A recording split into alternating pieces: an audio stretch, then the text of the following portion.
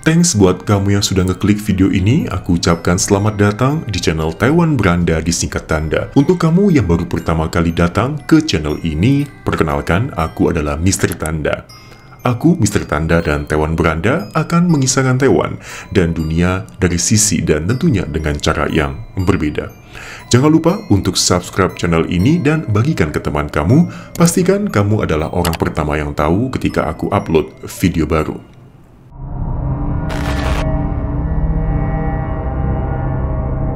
Dan di video kali ini, aku akan membagikan sebuah kisah mistis di Universitas Tsinghua.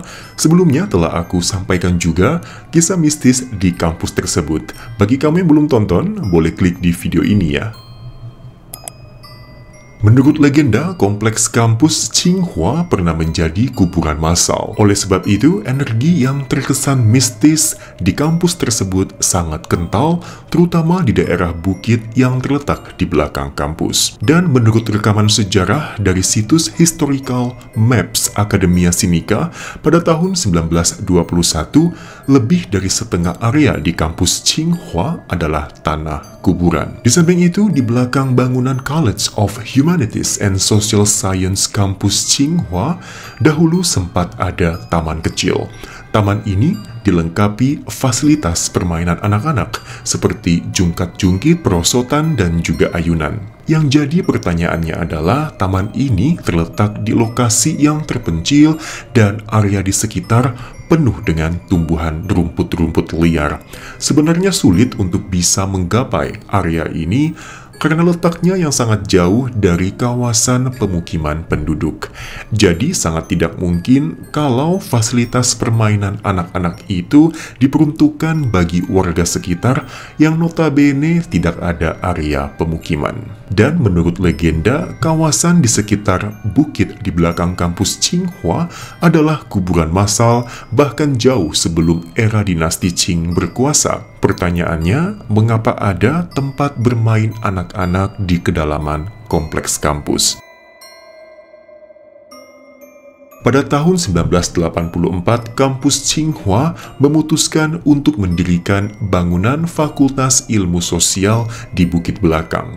Saat melakukan proyek penggalian, petugas yang berada di lapangan menemukan banyak kerangka anak kecil. Desas-desus mengatakan kalau taman dengan fasilitas permainan anak-anak memang sengaja dibangun oleh pihak sekolah untuk memberikan ketenangan kepada arwah dari kerangka-kerangka yang ditemukan. Beberapa mahasiswa pasca sarjana sering menghabiskan waktu hingga larut malam di bangunan ilmu sosial. Beberapa dari mahasiswa mengaku kalau larut malam akan terdengar suara anak-anak yang tengah bermain-main dari luar jendela. Anehnya, ketika mereka melongok keluar jendela dan berusaha mencari sumber suara, mereka tidak menemukan apa-apa selain kondisi taman yang kosong. Mahasiswa yang memiliki indera keenam pernah bercerita kalau saat malam tiba, sebenarnya taman itu akan didatangi oleh anak-anak untuk bermain. Mahasiswa junior biasanya akan diperingatkan oleh senior mereka, jangan pergi ke bukit belakang pada malam hari, terutama ke area taman bermain anak-anak. Tetapi seperti biasanya, tidak semua mahasiswa percaya dengan hal-hal berbau mistis seperti ini. Dikisahkan ada sekelompok mahasiswa junior memutuskan untuk melakukan eksplorasi ke taman ini pada malam hari. Dan saat berjalan menuju ke lokasi, mereka tidak menemukan siapapun selain kelompok mereka sendiri yang berjumlah 4 orang. Dan sepanjang perjalanan, sangat sepi, tidak ada siapapun, hanya ada lampu jalan yang menerangi. Saat tiba di taman, salah satu dari mereka langsung bermain di perosotan dan jungkat-jungkit. Dan ia pun berceletuk, "Tuh kan, gak ada apa-apa kok di sini. Terkadang senior kita terlalu berlebihan." Ketika asik bermain perosotan, orang itu, kita sebut saja namanya David, ia pun berkata, "Aduh, jangan dorong-dorong, kenapa sih?" Ketika David berkata demikian, teman lainnya yang berada di kejauhan menyahut, "David, kamu ngomong sama siapa sih?" Lah, tadi siapa yang di belakangku? Demikian tanya David bingung. Gak ada siapa-siapa kok. Kamu dari tadi sendirian loh main perosotan. Demikian jawab salah satu dari mereka.